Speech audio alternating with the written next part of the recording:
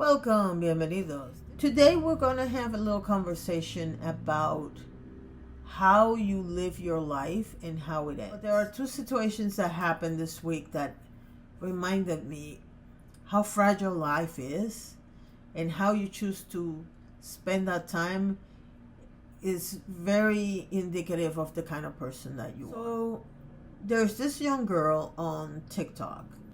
She was diagnosed with leukemia at the age of 3, and now she was a teenager, and unfortunately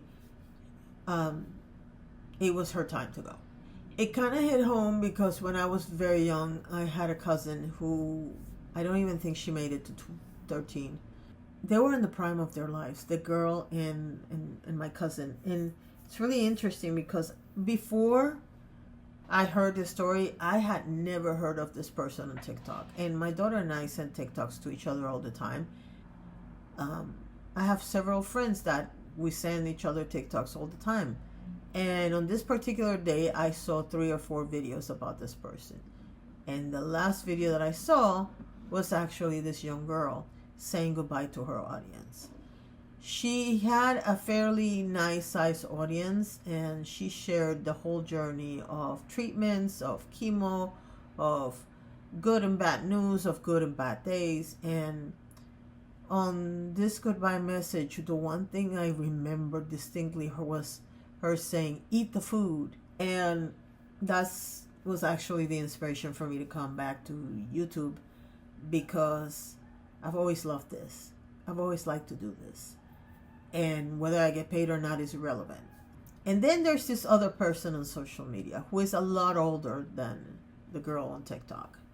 And this person has been, I believe they're terminally ill, and they have decided to go guns blazing. This person has decided to take all their hate, all the misinformation that they normally would, because they trade in misinformation, set their world on fire. And I honestly don't know if it's the fear of what's to come, if it's that they're rebellious because of their diagnosis, if it's just the fact that, it's interesting because when you get diagnosed with something like that, you still go through the stages of grief. And sometimes I'm hoping that this is just that they're in that stage of grief when they're so angry at the world and at everything, and that hopefully someday they will take a step back and realize that they want to do something nice. The thing about it is that when I was growing up, my parents always taught me that you want to leave the world a little better than you found it. It doesn't matter if your impact is in one person or in an entire community or the whole world. For me, the girl on TikTok was absolutely the perfect example of leaving the world better than you found it.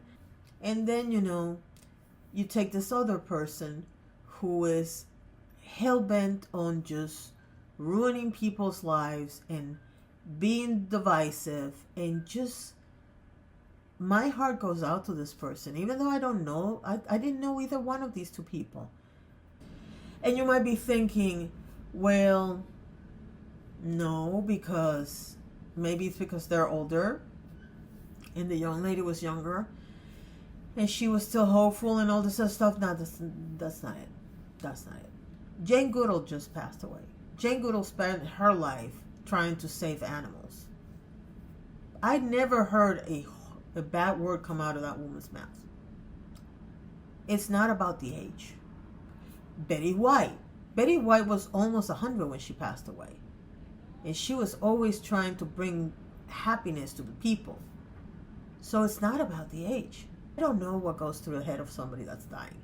All I can tell you is that I wish they would realize how much energy and effort they're wasting on hating on people. Don't do that. Anyway, I can't wait to hear what you guys have to say. Thank you so much for watching, and have a wonderful day.